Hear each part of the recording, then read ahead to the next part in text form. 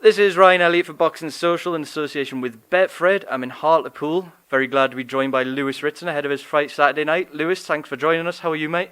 No problem, yes, absolutely spot on. You've made the time to come in the Fano's Ranch, as we like to call it, and here we are, so happy days. One place to start, Lewis. You got yourself a fight Saturday night. The last time you and I were here, the prospect of a Robbie Davies fight was brought up. You said to me, quite respectfully, no trash talk, I just don't think the Robbie Davies fight is going to happen, for whatever reason that was. All of a sudden, this Saturday, a bill labelled bad blood. We've seen the altercations. In your own words, what the hell happened?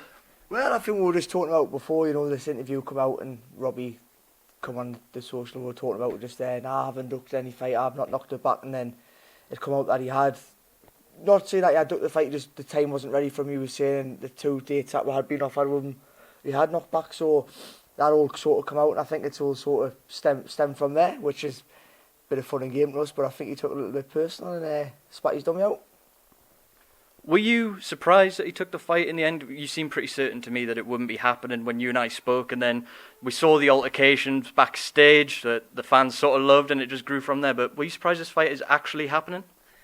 Well, at first I was, because we had got offered a certain amount of money before we fought in Liverpool to fight him, and then obviously in the interview after his fight, he sort of didn't seem as though he was not too keen to fight, but just didn't want to fight. He was looking at bigger things, and it's that little spot's got good money, and really for the money that he got offered to fight me, you can't really knock back. So he's getting himself a good person. We're getting the fight that we want.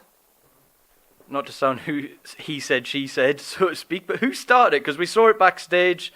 It just sort of seemingly came out of nowhere, this bad blood, so to speak. Where do you think that it actually stemmed from? I couldn't, who knows? I say I'm struggling to give you an answer, but you come on the mic after, because the clip of the video hadn't come out yet. He come out after the fight saying he couldn't look at his, he hasn't done this, he hasn't done that, and then obviously the clip come out and you could see we're both staring face to each other, giving each other let's get it on sort of thing. So I think he just made himself look like a bit of a mug, really, and then obviously the fight dates and this and that. But I'm just glad we're getting it on, and we can finally see on Saturday who's gonna be the winner and move on to that world title that Eddie says that the fight's gonna be for. Now, Lewis, I just wanted to talk to you about your training setup. We're out here in Hartlepool, as you mentioned. Neil Fannin's got you up. Great little place to be. You got the beach there in the middle of nowhere. Clear mind. You've made that change in the last sort of 12 months where you're not going back and forward from Hartlepool. You're not going back from your dad and then over here to Neil Fannin. You're here with Neil full-time, fully focused, away from any distractions. How's that transition been for you? Have you felt the benefit of just being away all the time and training here with Neil? Yeah, I think we saw that last fight, the sort of style Neil's trying to put on us. We all know I can punch a little bit, and you don't always need to show that all the time. We know we can box a little bit, and that's what we showed in the last fight. And I think you're going to see a little bit more of it in this fight. And I think Robbie's just expecting to come forward fighting, to me to take shots and him to land them, and I think he's going to be in for a bit of a shock. Now, Neil's obviously a very well-respected figure in boxing in the Northeast. I'm sure he's came up for a game plan that you're both happy with and both feel will be enough to get past Robbie Davies Jr. With that said, with that crowd in there, that 9,000 making all the noise, we've seen you get involved before and go in and sort of game plan out the window, have a tear-up.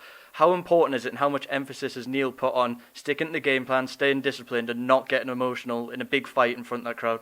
Yeah, I think we saw that with the Patera fight, that trying to get involved with I was dead. I'm not going to make excuses anyway. So anyway, but the Patera fight was seen that I tried that the first 5 or 6 rounds and then had nothing left really. And so Neil doesn't need to tell me to keep the game plan this time and sort of stick to what I need to do. I done it last time for 9,000 and 9,000 seen us get beat. So that's a feel that I don't want to happen again.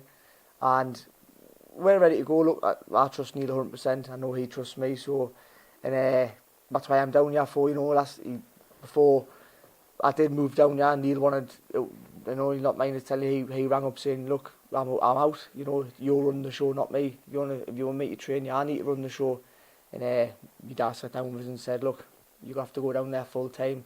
And like I say, we're reaping the rewards now. And the last performance showed, and we're going to show it in this one.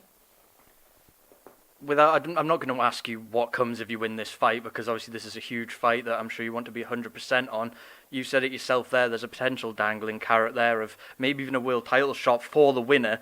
We've been here before, going into the Patera fight, Eddie Hearn was talking about St James's Park and Lewis could be X amount of fights away from a big fight or a world title fight. Obviously that didn't go your way. Now you've had that experience of coming back from that, and you've dealt with that situation before. Does that help your mentality, having that experience and knowing that you've got to focus on the job in hand and just not think about what could be?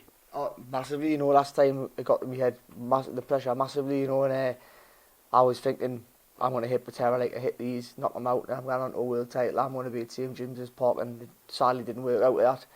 And, like I said in the last interview, I got the hotel room, had a little bit of a cry, first time I've cried in 20 years, just say, and just gutted really, and that's a feeling that I don't want to happen again, and it's a feeling I'm going to make sure it doesn't happen again. Well, since that, you've obviously come back and notched up a couple of wins. You mentioned last time you start to see Neil's influence and Neil's style.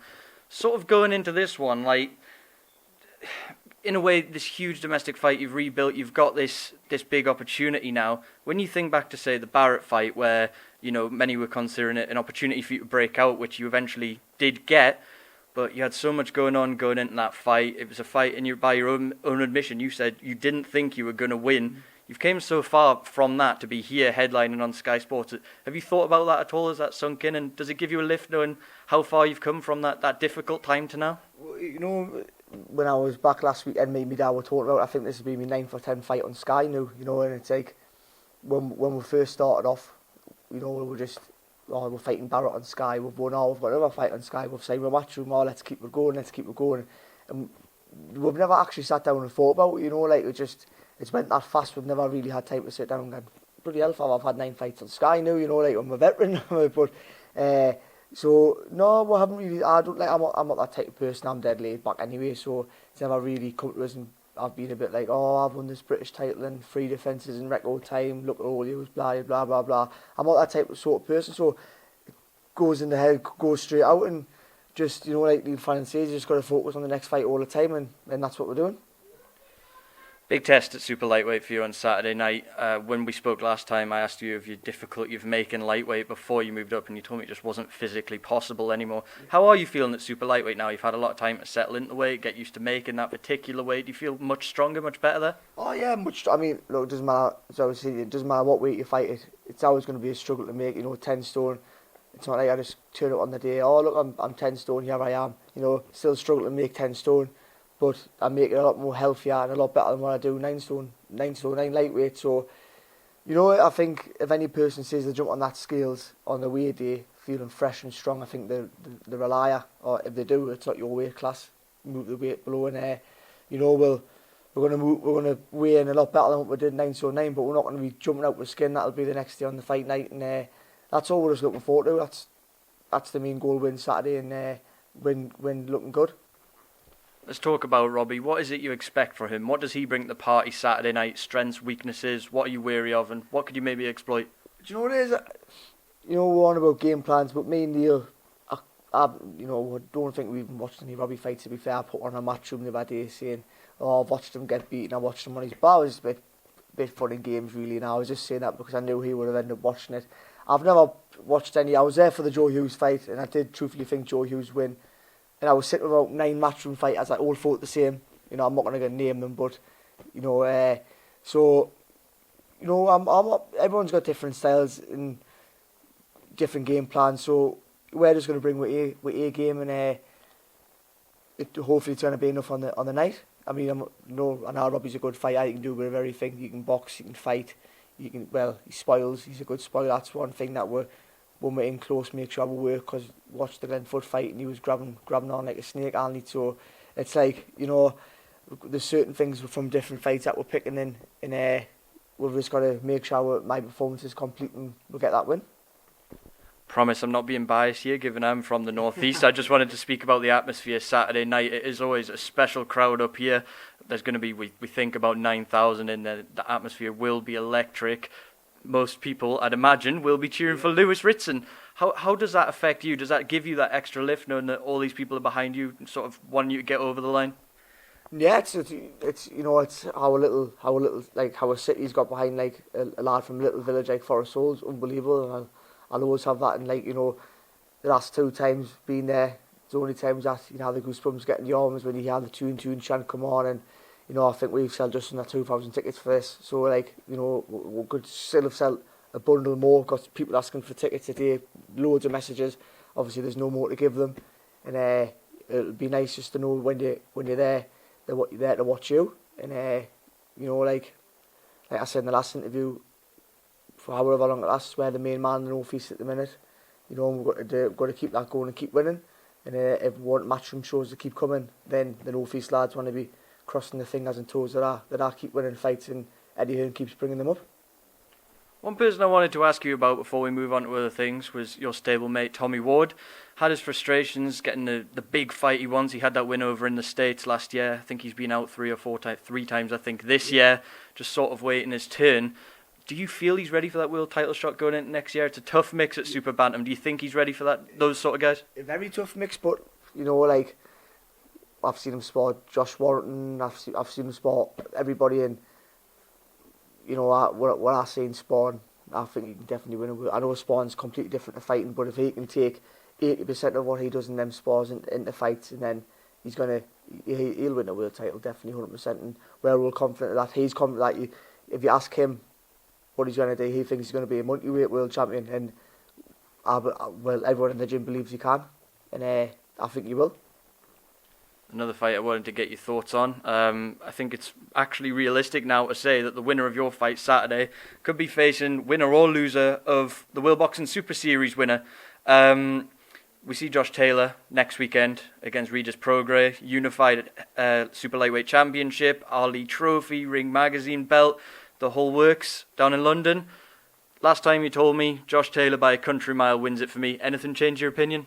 No, nothing's changed at all. I've said it many times. I think Josh Taylor is the number 140 pound in the world, and I think he's going to win. I think it's a week after me, isn't it? So I think he's going to win that. And I know mine and Robbie's fight's meant to be a WA world title eliminator. That fight's got the world title, WA title on the line. So if Josh Taylor wins and Eddie Hearn offers a world fight, then he wants to make sure he's offering a lot of money to fight Josh. So you never know, but fully focused on the Robbie fight, and I think Josh will get through that and put on a good performance.